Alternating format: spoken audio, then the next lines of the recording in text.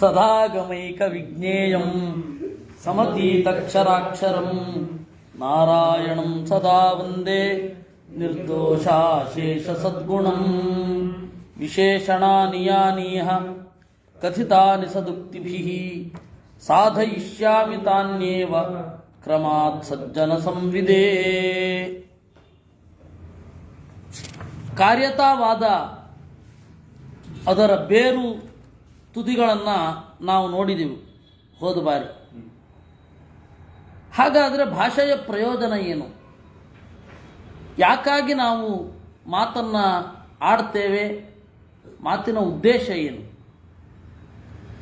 ನಚ ಕುತ್ರಚಿತ್ ಸಿದ್ಧಜ್ಞಾಪನಾತ್ ಅನ್ಯದ್ವಾಕ್ಯ ಪ್ರಯೋಜನಂ ದೃಷ್ಟಂ.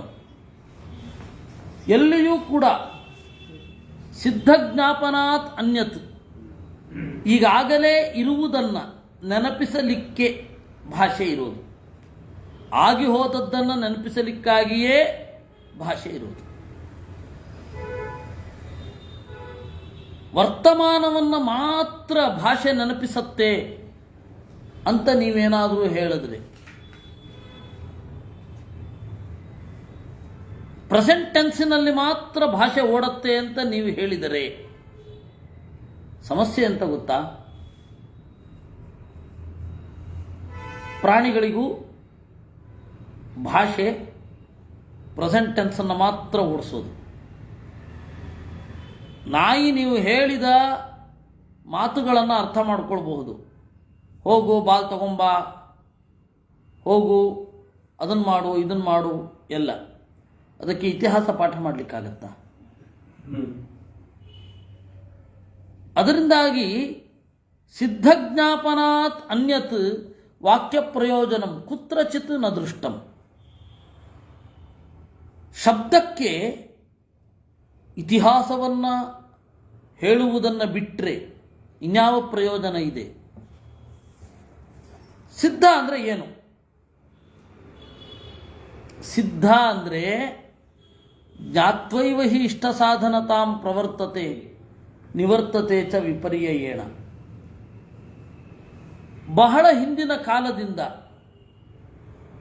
ಯಾವ ಕೆಲಸ ಮಾಡಿದರೆ ಏನು ಪ್ರಯೋಜನ ಸಿಗತ್ತೆ ಅನ್ನೋದು ಆ ಒಂದು ದಾರಿ ಇದೆಯಲ್ಲ, ಅದು ಸಿದ್ಧ.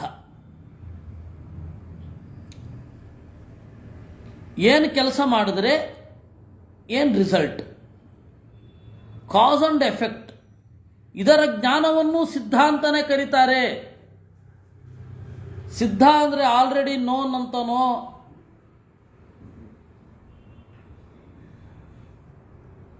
ಅಥವಾ ಈಗಾಗಲೇ ಪೂರ್ವಕಾಲ ಅಂತನೋ ಅರ್ಥ ಅನ್ನೋದಕ್ಕಿಂತ ಕೇವಲ ಪಾಸ್ಟ್ ಅಂತ ಅರ್ಥ ಅಲ್ಲ ಸಿದ್ಧ ಅಂದರೆ. ಖಂಡಿತವಾಗಿ ಇದು ಕಾಸ್, ಇದು ಎಫೆಕ್ಟ್. ಈ ಕಾರಣ ಇದ್ದರೆ ಈ ಕಾರ್ಯ ಆಗತ್ತೆ ಅನ್ನುವ ತಿಳುವಳಿಕೆಯನ್ನು ಸಿದ್ಧ ಅಂತ ಕರೀತಾರೆ.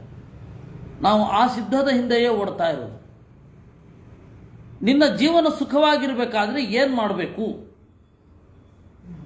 ನೋಡಪ್ಪ, ಹೀಗಿರಬೇಕು, ಪ್ರಾಚೀನರು ಹೀಗೆ ಬಾಳಿದ್ದಾರೆ, ನೀನು ಹೀಗೆ ಬಾಳು. ಇದಲ್ವಾ ಸಿದ್ಧ ಅಂದರೆ? ನೋಡು, ಇದು ಅಪರಾಧ, ಇದು ಸರಿಯಾದ ತಿಳುವಳಿಕೆ ನಡೆ, ಇದಲ್ವಾ ಸಿದ್ಧ? ಇದೀಗಾಗಲೇ ಪ್ರಯೋಗ ಆಗೋಗಿದೆ ಜಗತ್ತಿನಲ್ಲಿ. ಹೀಗಿದ್ರೆ ಹೀಗಾಗತ್ತೆ, ಅದು ಸಿದ್ಧ. ವಾಕ್ಯ ಪ್ರಯೋಜನ ಮುಖ್ಯವಾಗಿರೋದು ಅದೇ. ಕೇವಲ ಪ್ರೆಸೆಂಟ್ ಟೆನ್ಸನ್ನು ಹೇಳೋದು ಅಥವಾ ಅಪ್ಲೈಡ್ ಏನೋ ಒಂದು ಅಪ್ಲಿಕೇಶನ್ನಲ್ಲಿ ನಿರೂಪಿತವಾಗುವ ಕಾರ್ಯತಾವಾದ ಅನ್ನೋದೇನಿದೆ, ಅದು ನಿಮಗೆ ಪ್ರಾಣಿಗಳಲ್ಲಿಯೂ ಅದು ಕಂಡು ಬರುತ್ತೆ. ನೀವು ಯಾವುದನ್ನೇ ಟ್ರೈನ್ ಮಾಡಿದ್ರೂ ಕೂಡ, ಈ ಮರುಭೂಮಿಯಲ್ಲಿರುವವರೆಲ್ಲ ಇದು ಏನು ಹದ್ದುಗಳನ್ನು ಟ್ರೈನ್ ಮಾಡ್ತಾರೆ, ಕೆಲವೊಮ್ಮೆ ಹಕ್ಕಿಗಳನ್ನು ಟ್ರೈನ್ ಮಾಡ್ತಾರೆ. ಇದರಲ್ಲಿರುವವರು ನಾವಿಕರು ಈಗಲೂ ಅದಿದೆ. ಹತ್ತಿರದಲ್ಲೆಲ್ಲಾದರೂ ದ್ವೀಪ ಇತ್ತು ಅಂದರೆ ಆ ದ್ವೀಪದಲ್ಲಿ ನೀರಿದೆಯಾ ಇಲ್ವಾ ಅಂತ ಟೆಸ್ಟ್ ಮಾಡಲಿಕ್ಕೆ ಅದರಲ್ಲಿ ಸರ್ವೆ ನಡೆದಿಲ್ಲ ಅಂತ ಆದರೆ ಅಲ್ಲಿ ನೀರಿದೆಯಾ ಇಲ್ವಾ ಈ ಹಕ್ಕಿ ನೋಡಿಕೊಂಡು ಬರುತ್ತೆ. ಇದೆ ಅಂತಂದರೆ ಅದು ಒಂದು ರೀತಿ ಹೇಳುತ್ತೆ, ಇಲ್ಲ ಅಂದರೆ ಒಂದು ರೀತಿ ಹೇಳುತ್ತೆ. ಅದು ಅವ್ರದ್ದೇ ಆದ ಭಾಷೆ ಇರುತ್ತೆ. ಅಲ್ಲಿಯೂ ಸಿದ್ಧಜ್ಞಾಪನವೇ ಅಲ್ವಾ ಪ್ರಯೋಜನ. ಈ ರೀತಿ ಕಿರಿಚಿದ್ರೆ ಇಲ್ಲಿ ನೀರಿದೆ ಅಂತ ಅರ್ಥ, ಈ ಥರದ ಕಿರಿಚಿದ್ರೆ ಇಲ್ಲಿ ನೀರಿಲ್ಲ ಅಂತ ಅರ್ಥ. ಅಥವಾ ಯಾವುದಾದ್ರು ಒಂದು ಗಿಡವನ್ನು ಕಚ್ಚಿಕೊಂಡು ಬಂದರೆ ನೀರಿದೆ ಅಂತ ಅರ್ಥ, ಅದಿಲ್ಲ ಅಂದರೆ ಅಲ್ಲಿಯೂ ನೀರಿಲ್ಲ ಅಂತ ಅರ್ಥ. ಕಲ್ಲನ್ನು ತಗೊಂಡು ಬಂದರೆ ನೀರಿಲ್ಲ ಅಂತ ಅರ್ಥ. ಇವೆಲ್ಲ ಟ್ರೈನ್ ಮಾಡಿರ್ತಾರೆ, ಅಲ್ಲಿಯೂ ಸಿದ್ಧವೇ ಅಲ್ವಾ. ಹೀಗಾಗಿ ಪ್ರಾಣಿಗಳಿಗೆ ಪಶುಗಳಿಗೆ ಟ್ರೈನ್ ಮಾಡಬೇಕಾದರೂ ಕೂಡ ಇಷ್ಟ ಸಾಧನವನ್ನು ಇಟ್ಟುಕೊಂಡೇ ಮಾಡ್ತಾರೆ ವಿನಃ ಬೇರೆ ಅಲ್ಲ. ಆದರೆ ಕಾರ್ಯತ ಏನು ಅಪ್ಲಿಕೇಶನ್ ಇದೆ, ಆ್ಯಕ್ಷನ್ ಓರಿಯೆಂಟೆಡ್ ಏನಿದೆ, ಆ್ಯಕ್ಷನ್ ಓರಿಯೆಂಟೆಡ್ ಲ್ಯಾಂಗ್ವೇಜು, ಅದು ಇಲ್ಲಿಯೂ ಉಪಯೋಗ ಇರಲ್ಲ, ಪ್ರಾಣಿಗಳಿಗೂ ಇರಲ್ಲ. ಜ್ಞಾತ್ವೈವ ಹಿ ಇಷ್ಟ ಸಾಧನತಾಂ ಪ್ರವರ್ತತೆ ನಿವರ್ತತೆ ಚ ವಿಪರ್ಯಯೇಣ. ಇಷ್ಟ ಸಾಧನ ಯಾವುದು ಅಂತ ತಿಳಿದುಕೊಂಡು ಮುಂದುವರಿತಾನೆ. ಇದು ಇಷ್ಟ ಸಾಧನ ಅಲ್ಲ ಅಂದರೆ ಹಿಂದೆ ಸರಿತಾನೆ. ಇಷ್ಟೇ ಅಲ್ವಾ ಭಾಷೆಯ ಪ್ರಯೋಜನ ಏನು ಮತ್ತೆ. ಅತಃ ಸಿದ್ಧಯೇವ ಸರ್ವವಾಕ್ಯಾನಾಂ ಪ್ರಾಮಾಣ್ಯಂ ಸಿದ್ಧಂ. ಅದರಿಂದಾಗಿ ಭಾಷೆ ಇರೋದು ಏನನ್ನೋ ಮಾಡು ಅಂತ ಹೇಳಲಿಕ್ಕಲ್ಲ, ಇದು ಸುಖದ ದಾರಿ ಅಂತ ತಿಳಿಸೋದಕ್ಕೆ. ಇಲ್ಲ ಅಂದರೆ ಭಾಷೆ ಯಾಕೆ ಬೇಕು. ಆಮೇಲೆ ಇದು ಬರುವ ಮೊದಲೇನೆ ನಮ್ಮ ರಮೇಶ್ ಅವರು ಊಹಿಸಿದ್ರು, ಕೋಶ ವ್ಯಾಕರಣ ಎಲ್ಲ ಇದೆಯಲ್ಲ ಅಂತ. ಅವರು ಇಲ್ಲಿ ಬರತ್ತಾ ಮಾತು.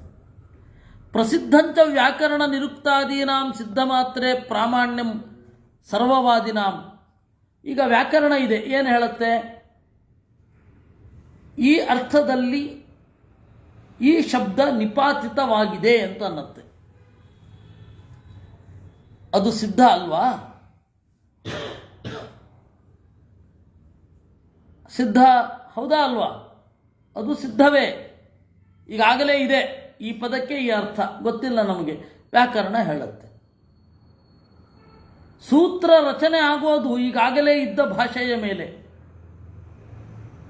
ಗವಿ ಯುಧಿಭ್ಯಾಂ ಸ್ಥಿರ ಅಂತ ಸೂತ್ರ ಇದೆ. ಗವಿ ಯುಧಿ ಇದೆರಡು ಸ್ಥಿರ ಅನ್ನೋ ಪದದಿಂದ ಸಮಾಸ ಆದರೂ ಕೂಡ ಲೋಪ ಆಗಲ್ಲ, ಅಲುಕ್ ಸಮಾಸ. ಯುಧಿ ಸ್ಥಿರ, ಯುದ್ಧದಲ್ಲಿ ಬಂಡೆಯಂತೆ ನಿಂತವ ಯುಧಿಷ್ಠಿರ. ಆದರೆ ಅವನಿಗೆ ಯುದ್ಧದ ಬಗ್ಗೆ ಸಂಶಯ ಬಂದಿದ್ದದ್ದು ಬೇರೆ. ಗವಿಷ್ಠಿರ, ಬೆಳಕಿನಲ್ಲಿ ಗಟ್ಟಿಯಾಗಿ ನಿಂತವ ಗವಿಸ್ಥಿರ. ಭೂಮಿಯ ಮೇಲೆ ನಿರಂತರವಾಗಿ ನಿಂತವ ಗವಿಸ್ಥಿರ. ಅಲ್ಲಿ ಎಲ್ಲ ಕಡೆ ಭಾಷೆಗೆ ಕ್ರಿಯೆ ಅನ್ನೋದು ಉದ್ದೇಶ ಅಲ್ಲ. Language is not mere action centred or application centred. ಮತ್ತೆ ಈಗಾಗಲೇ ಇದ್ದದ್ದು ಸುಖದ ದಾರಿಯನ್ನು ಹೇಳ್ತಾ ಇದೆ. ಅದರಲ್ಲಿ ಇದು ಒಂದು ನೋಡಿ, ಕೋಶ ನೋಡಪ್ಪ, ಈ ಹಿಂದಿನವರೆಲ್ಲ ಹೀಗೆ ಪ್ರಯೋಗ ಮಾಡ್ತಾ ಇದ್ರು, ಅದಕ್ಕೆ ವ್ಯಾಕರಣದ ಮೂಲಕ ಇದೊಂದು ದಾರಿ ಇದೆ ಅಂದರು ಅವರು.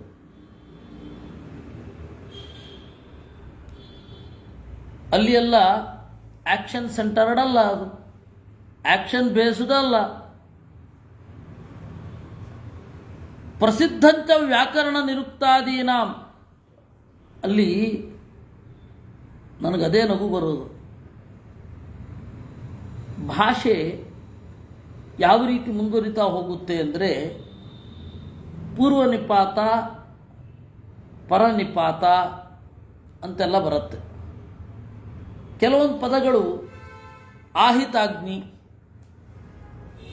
ಅಗ್ನ್ಯಾಹಿತ, ಆಹಿತ ಅನಲ, ಅಗ್ನಿಯನ್ನು ಇಟ್ಟುಕೊಂಡವ, ಆಹಿತ ಅನಲ, ಅನಲಾಹಿತ ಅಂತಲೂ ಪ್ರಯೋಗ ಮಾಡಬಹುದು. ಅದನ್ನು ಹಾಗೆ ಪ್ರಯೋಗ ಮಾಡಬಹುದು. ಇಂಗ್ಲೀಷಿನವರು ಅದನ್ನು ಬಳಸ್ಕೊಂಡಿದ್ದಾರೆ. Team India, Indian team. ನೀವು 80ನೇ ಇಸ್ವಿಯಲ್ಲಿ 90ನೇ ಇಸ್ವಿಯಲ್ಲಿ ನೀವು ಟೀಮ್ ಇಂಡಿಯಾ ಅಂತನ್ನುವ ಒಂದು ಶಬ್ದವನ್ನು ಕೇಳಿದ್ರ? ಈಗ ಅದನ್ನು ಬಳಸ್ತಾ ಇದ್ದಾರೆ, ಟೀಮ್ ಇಂಡಿಯಾ, ಟೀಮ್ ಮೋದಿ. ಅವಾಗ ಮೋದಿ ಟೀಮ್ ಅಂತ ಇದ್ರು, ಈಗ ಟೀಮ್ ಮೋದಿ ಅಂತಾರೆ. ಅಂದಮೇಲೆ ಆಚಾರ್ಯ ಮಧ್ವಾಚಾರ್ಯ ಏನು ತಪ್ಪು? ಏನು ತಪ್ಪೇನಿಲ್ಲ. ಇವರು ಆ ರೀತಿ ಪ್ರಯೋಗ ಮಾಡಬಾರ್ದು, ಹಿಂದಿನವರು ಪ್ರಯೋಗ ಮಾಡ್ತಾ ಇಲ್ಲ ಅಂತಾರೆ. ನಗಬೇಕಾ ಅಳಬೇಕಾ? ಹಿಂದಿನವರು ಇಂಗ್ಲೀಷಲ್ಲಿ ಇರಲಿಲ್ಲ, ಈಗ ಇಂಗ್ಲೀಷಲ್ಲಿ ಮಾತಾಡಬೇಡ ಅಂದ್ರೆ ಏನು ಅರ್ಥ ಅದಕ್ಕೆ? ಇಂಗ್ಲೀಷಿನ ಪದಗಳನ್ನೇ ಬಳಸಬೇಡಿ ಅಂದರೆ ಏನು ಅರ್ಥ ಅದಕ್ಕೆ? ಯಾಕೆ ಹೇಳಿದ್ದು ನಾನು ಅಂದರೆ, ವ್ಯಾಕರಣ ಈಗಾಗಲೇ ಪ್ರಯೋಗ ಮಾಡಿದ ಮೇಲೆ ಅದಕ್ಕೊಂದು ಗತಿಯನ್ನು, ವ್ಯಾಕರಣವನ್ನು ರೂಪಿಸುತ್ತೆ. ವ್ಯಾಕರಣ ಯಾವತ್ತೂ ಭಾಷೆಯನ್ನು ಸೃಷ್ಟಿ ಮಾಡಲ್ಲ, ಇದ್ದ ಭಾಷೆಗೆ ನಿಯಮವನ್ನು ಹಾಕಿ ರಕ್ಷಣೆ ಮಾಡತ್ತಷ್ಟೇ. ನಾನು ಹೋದ ಬಾರಿಯೂ ಹೇಳಿದ್ದೆ, ಈ ಬಾರಿಯೂ ಹೇಳ್ತೇನೆ, ನಹಿ ಕಶ್ಚಿತ್ ಕುಲಾಲ ಕುಲಂ ಗತ್ವಾ ಆಹಾ ಕುರುಘಟಾನ್ ಕಾರ್ಯಮೇಭಿರ್ವರ್ತತೆ ಇತಿ. ಯಾರೋ ಒಬ್ಬ ಕುಂಬಾರನ ಮನೆಗೆ ಹೋಗಿ ನುಡಿದ, ಮಡಿಕೆ ಮಾಡಯ್ಯ, ಇದರಿಂದ ನೀರು ಹೊರುವುದು, ಅಡಿಗೆ ಮಾಡುವುದು ಮೊದಲಾದ ಕೆಲಸ ಮಾಡಲಿಕ್ಕಿದೆ ಎಂದು. ನತತಾ ಕಶ್ಚನ ವೈಯಾಕುರಣಕಲಂ ಗತ್ವಾ ಬ್ರವೀತಿ. ವ್ಯಾಕರಣ ಅವ್ರ ಮನೆಗೆ ಹೋಗ್ಬಿಟ್ಟು ಕುರು ಶಬ್ದಾನ್ ಪ್ರಯೋಕ್ತವ್ಯಮೇಭಿರ್ವರ್ತತೆ ಅಂತ ಯಾರಾದರೂ ಹೇಳ್ತಾನೆ, ಒಳ್ಳೆ ಶಬ್ದ ಮಾಡಿಕೊಡಿ ವೈಯಾಕರಣರೇ, ಪ್ರಯೋಗ ಮಾಡಬೇಕು ಅಂತ ಯಾರಾದರೂ. ಹಾಗಾದ್ರೆ ವೈಯಾಕರಣನ ಕೆಲಸ ಏನು? ಕುಂಬಾರನ ಕೆಲಸ ಏನು? ಕುಂಬಾರನೊಬ್ಬ ಮಣ್ಣಿನಿಂದ ಮಡಿಕೆ ಮಾಡ್ತಾನೆ, ಅದು ವಿಸಿಬಲ್, ಇದು ಕಾಣಲ್ಲ. ನೀವು ದಾರಿ ತಪ್ಪಿ ಹೋಗಬಾರದು, ನಿಮ್ಮ ಮಾತು ತಪ್ಪಬಾರದು ಅಂತ ಅವನು ಎಚ್ಚರಿಸ್ತಾನೆ. ಈಗಾಗಲೇ ಮಾತಾಡ್ಕೊಂಡು ಬಂದ್ಬಿಟ್ಟಿದ್ರೆ ಅದಕ್ಕೆ ಒಂದು ಚೌಕಟ್ಟನ್ನು ಹಾಕಿ ಕೊಡ್ತಾನೆ, ಅದೇ ಸೂತ್ರದ ಚೌಕಟ್ಟು. ನಾವು ಆ ತರಹದ್ದೊಂದು ಸೂತ್ರದ ಚೌಕಟ್ಟು ಹಾಕಿಕೊಡ್ಬೇಕಿದೆ ಇಂಗ್ಲೀಷಿಗೂ ಕೂಡ. ಪದ ಮಧ್ಯೆ ಟಿ ಐ ಶಹ, ಯಾವುದೇ ಪದ ಮಧ್ಯದಲ್ಲಿ ಟಿ ಐ ಬಂದರೆ ಶಾಂತ, ಇಲ್ಲ ಅಂದರೆ ಮುಂದೆ ಇವ್ರು ಹೆಂಗೆ ಉಚ್ಚಾರ ಮಾಡ್ತಾರೆ ಅನ್ನೋದು ಭಯ ಆಗುತ್ತೆ.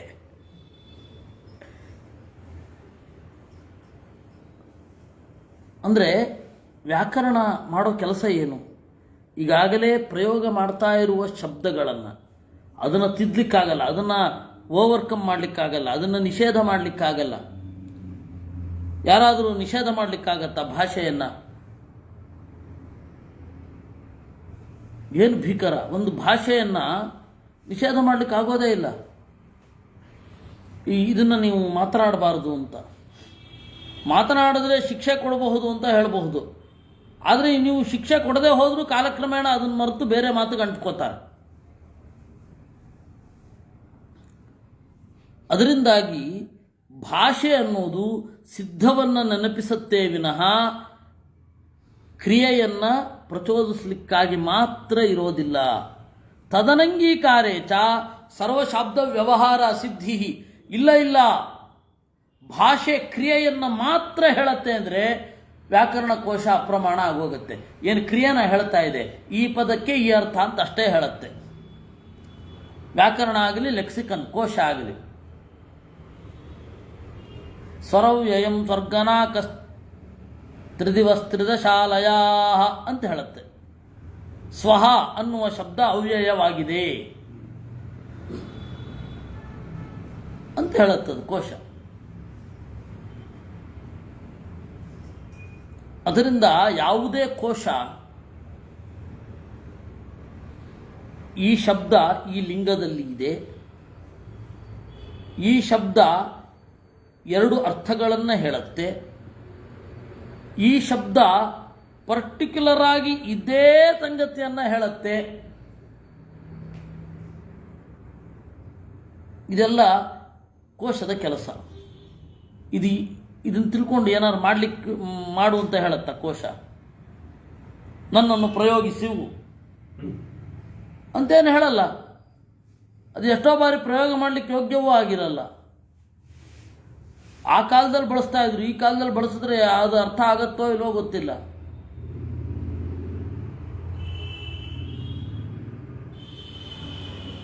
ಅದರಿಂದ ಕಷ್ಟ.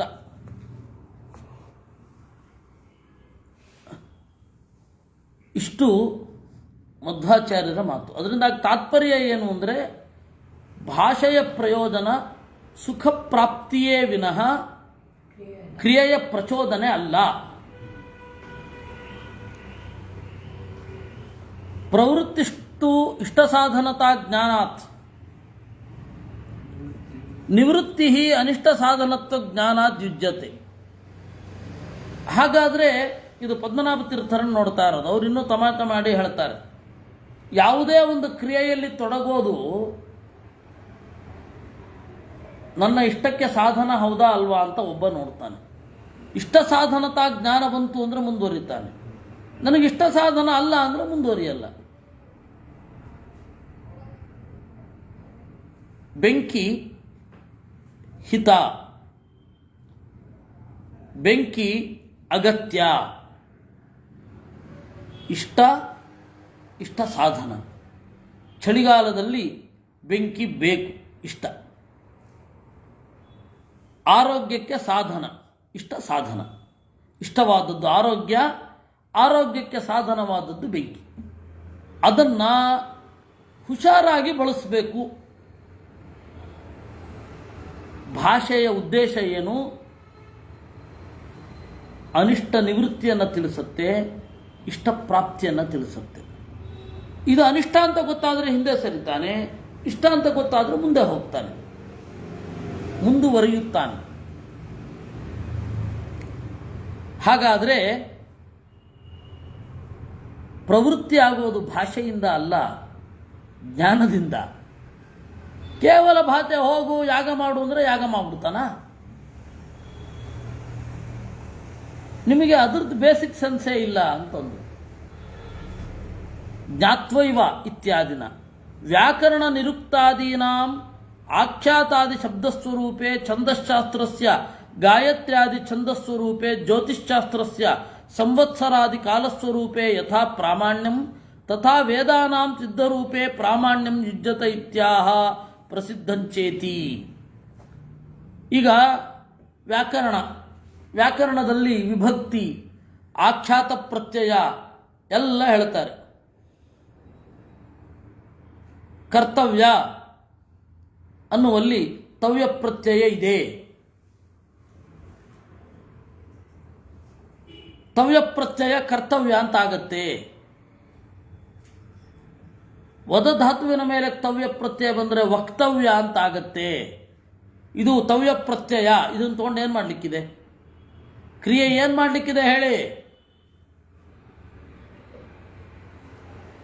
ಛಂದಶಾಸ್ತ್ರಕ್ಕೆ ಬನ್ನಿ.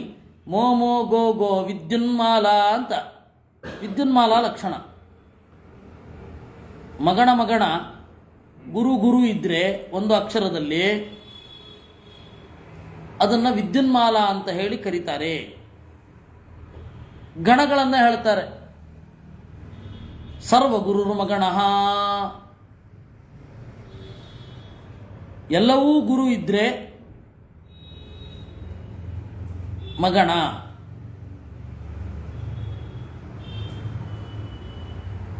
ಮಾತಾರ ಮಗಣ, ಮಾತಾರ ಗುರು ಮಗಣ.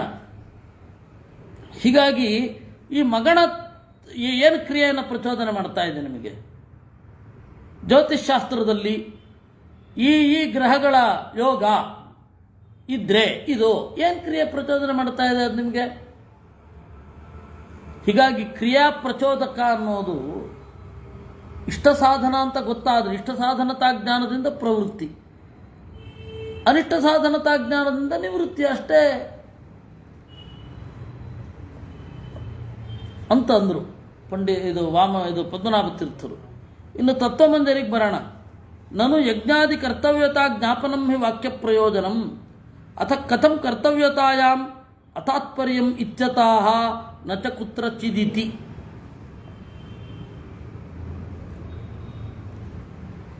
ತತ್ವಮಂಜರಿಯಲ್ಲಿ ನಾರಾಯಣ ಪಂಡಿತಾಚಾರ್ಯರು ತಗೊಂಡದ್ದು ಹೀಗೆ: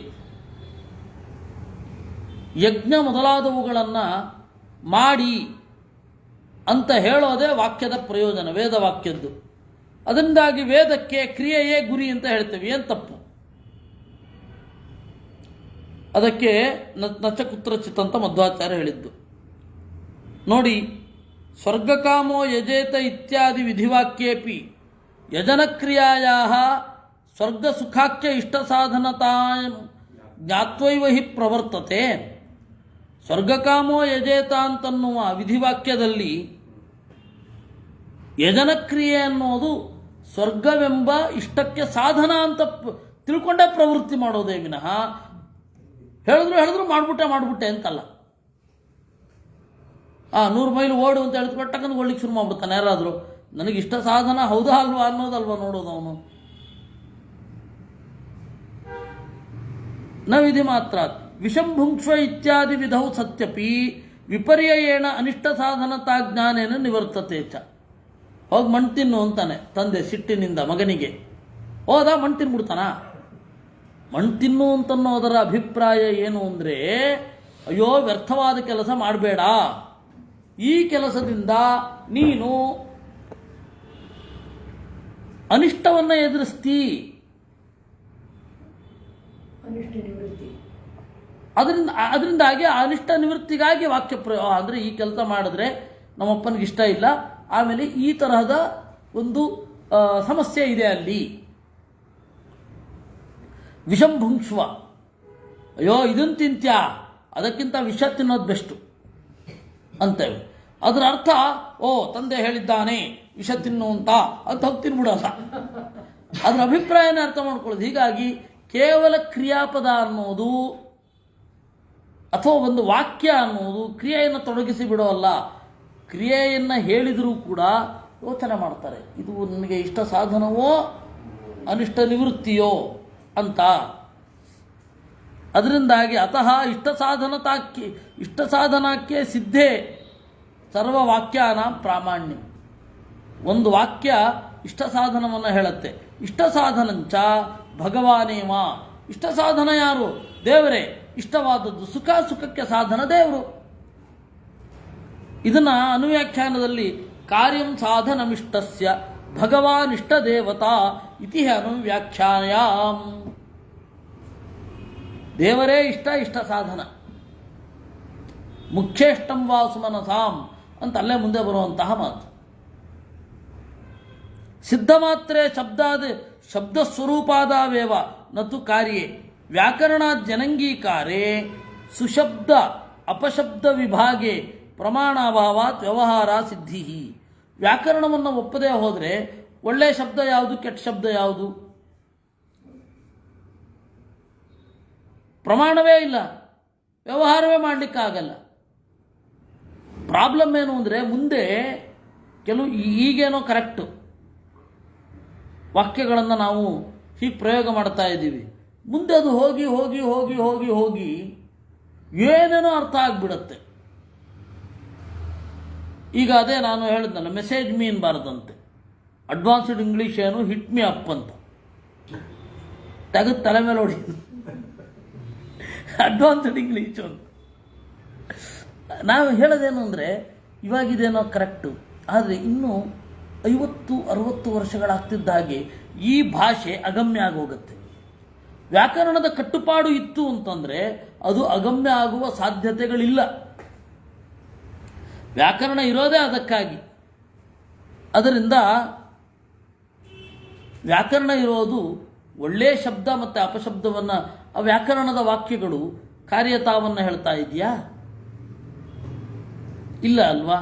ಯಾವ ಕ್ರಿಯೆಯನ್ನು ಬೋಧಿಸ್ತಾ ಇಲ್ಲ. ಭಿಸ್ ಅಂತ ಹೇಳಿ ಪ್ರತ್ಯಯ ಬರುತ್ತೆ, ಕರಣೆ ಭೀಹಿ ಅಂತ ರೂಪ ಆಗತ್ತೆ.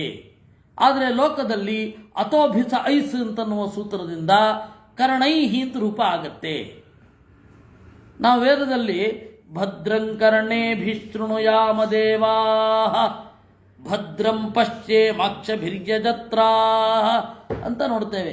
ಕರ್ಣೇಭಿಹಿ ಅಂತ ಹೆಂಗೆ ಪ್ರಯೋಗ ಆಗುತ್ತೆ? ಕರ್ಣೈಹಿ ಅಲ್ವಾ? ಭಿಸ್ಸಿನ ಪರದಲ್ಲಿ ಅಥದ ಅಕಾರಾಂತವಾದ ಶಬ್ದದ ಪರದಲ್ಲಿ ಭಿಸ್ ಇದ್ರೆ ಆದೇಶವಾಗಿ ಐಸ್ ಬರುತ್ತೆ. ಕರ್ಣ ಅಂತ ಇದೆ, ಆ ಇದೆ, ಕರ್ಣ ಅನ್ನುವಲ್ಲಿ ಆ ಇದೆ. ಭಿಸ್ ಅಂತ ಇತ್ತು, ಆ ಭಿಸ್ ಕಿತ್ಕೊಂಡು ಹೋಗುತ್ತೆ, ಐಸ್ ಬರುತ್ತೆ, ಕರ್ಣೈಸ್ ಅಂತ ಹೇಳಿ ರೂಪ ಆಗತ್ತೆ. ಕರ್ಣೇ ಭೀಹಿ ಅಂತ ಇದೆ, ಹೌದು, ವೇದದಲ್ಲಿ ಎಕ್ಸೆಪ್ಷನ್ ಇರುತ್ತೆ. ಇದನ್ನ ಏನಂತ ಕರೀತಾರೆ? ಅಥೋ ಭಿಸ ಐಸ್ ಅನ್ನೋ ಸೂತ್ರ ಇದೆ. ಇಲ್ಲಿ ಏನು ಕ್ರಿಯೆ ಮಾಡಿ ಅಂತ ನಿಮಗೂ ಹೇಳತ್ತೆ, ನಿಮ್ಮನ್ನೇನು ಗುದ್ದತ್ತ? ವಿಷ್ಣು ಸಹಸ್ರನಾಮ ಅದೇ ಏನು? ವಿಶ್ವಂ ವಿಷ್ಣುರ್ವ ಷಟ್ಕಾರೋ ಭೂತ ಭವ್ಯ ಭವತ್ ಪ್ರಭು. ಮುಂದೇನು ಏನಾದ್ರು ಕ್ರಿಯೆ ಹೇಳಿ ದೇವರ ಮಹಿಮೆ ತಿಳಿರಿ ಅಂತಿದೆ ಅಷ್ಟೇ. ಅಲ್ಲಿ ಕ್ರಿಯಾಪದವೇ ಇಲ್ಲ. ಆಸ್ತಿಕೈ ಪುನರ್ಮೀಮಾಂಸಕೈ ಸಿದ್ಧೇ ಅರ್ಥೆ. ಇದು ತತ್ವಮಂಜರಿ ಮುಗೀತು. ಇನ್ನು ನಿರ್ಣಯ ಚಂದ್ರಿಕಾ ಆಸ್ತಿಕೈ ಪುನರ್ಮೀಮಾಂಸಕೈ ಸಿದ್ಧೇ ಅರ್ಥೆ ಪ್ರಾಮಾಣ್ಯಂ ಅಂಗೀಕರ್ತವ್ಯಂ ಅನ್ಯಥಾ ತಾಮಸ ಹಿಂಸಾದೀನಾಂ ಕಾಗತಿ.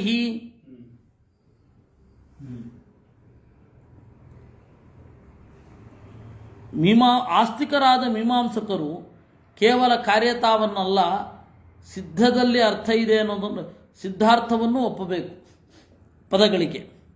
ಇಲ್ಲ ಅಂದರೆ ತಾಮಸ ಹಿಂಸಾದೀನಾಂ ಕಾಗತಿ. ಲೋಕೆ ಚ ಅಶ್ವಾನಾಂ ಸಮದೆ ಗರ್ಧಮಾಂ ಆಭೂಮ ಇತಿ ಕೋಶಂ ಚ ವ್ಯಾಕರಣಂ ಚ ನಿರುಕ್ತಂಚ ಆಧೀಯತೆ. ಲೋಕದಲ್ಲಿ ಕುದುರೆಗಳ ನಡುವೆ, ಸಮಜ ಅಂದರೆ ಪ್ರಾಣಿಗಳ ಗುಂಪನ್ನು ಸಮಜ ಅಂತ ಕರೀತಾರೆ. ಸಮಾಜ ಅಂದರೆ ಮನುಷ್ಯರ ಗುಂಪು, ಸಮಜ ಅಂದರೆ ಪ್ರಾಣಿಗಳ ಗುಂಪು. ಕುದುರೆಗಳ ನಡುವೆ ನಾವು ಕತ್ತೆಗಳಾಗಬಾರದಲ್ಲ ಅಂತ ಹೇಳಿ ಕೋಶವನ್ನು ವ್ಯಾಕರಣವನ್ನು ಕಲಿತೇವೆ. ಕಿಂ ವೃದ್ಧಿರಾಜೈದಿತಿ ವಿದ್ಧೀತಿ ವ್ಯರ್ಥಂ ಪಠಸಿ. ಸೂತ್ರ ವೃದ್ಧಿರಾಜೈತ್ ಅದೇಂಗುಣ ಅಂತ ಹೇಳಿ ಸೂತ್ರ. ಈ ಸೂತ್ರದಲ್ಲಿ ಯಾವ ಕ್ರಿಯೆ ಇದೆ? ಅಹೋ ಅನಧೀತ ನಿರುಕ್ತ ವ್ಯಾಕರಣ ಕೋಶ ಅನಧೀತ ಛಂದಶಾಸ್ತ್ರ ವಿದ್ವತ್ ಸಮಾಜೆ ಅಪಹಾಸ್ಯೋ ಭವಸಿ. ಅದರಿಂದಾಗಿ ಶಬ್ದಕ್ಕೆ ಇಷ್ಟ ಸಾಧನತಾ ಮುಖ್ಯವೇ ವಿನಃ ಕ್ರಿಯೆ ಅಲ್ಲ. ಇಷ್ಟ ಸಾಧನ ದೇವರು, ದೇವರನ್ನು ವೇದ ಹೇಳ್ತಾ ಇದೆ, ಯಾವ ತೊಂದರೆಯೂ ಇಲ್ಲ ಅಂತ ಹೇಳ್ತಾರೆ. ಸಾಕು, ಉಳಿದದ್ದು ನೋಡುವ. ನೀವೊಬ್ಬರು ಇವ್ರದ್ದು ಎಕ್ಸಾಂಪಲ್ ಕೊಟ್ಟಿದ್ದಾರೆ. ಯಾರೋ ಉಪ್ಪು ಸಿಕ್ಕಾಪಟ್ಟೆ ತಿಂತಿದ್ರು, ಸ್ವಲ್ಪ ಹೌದು ಹೌದು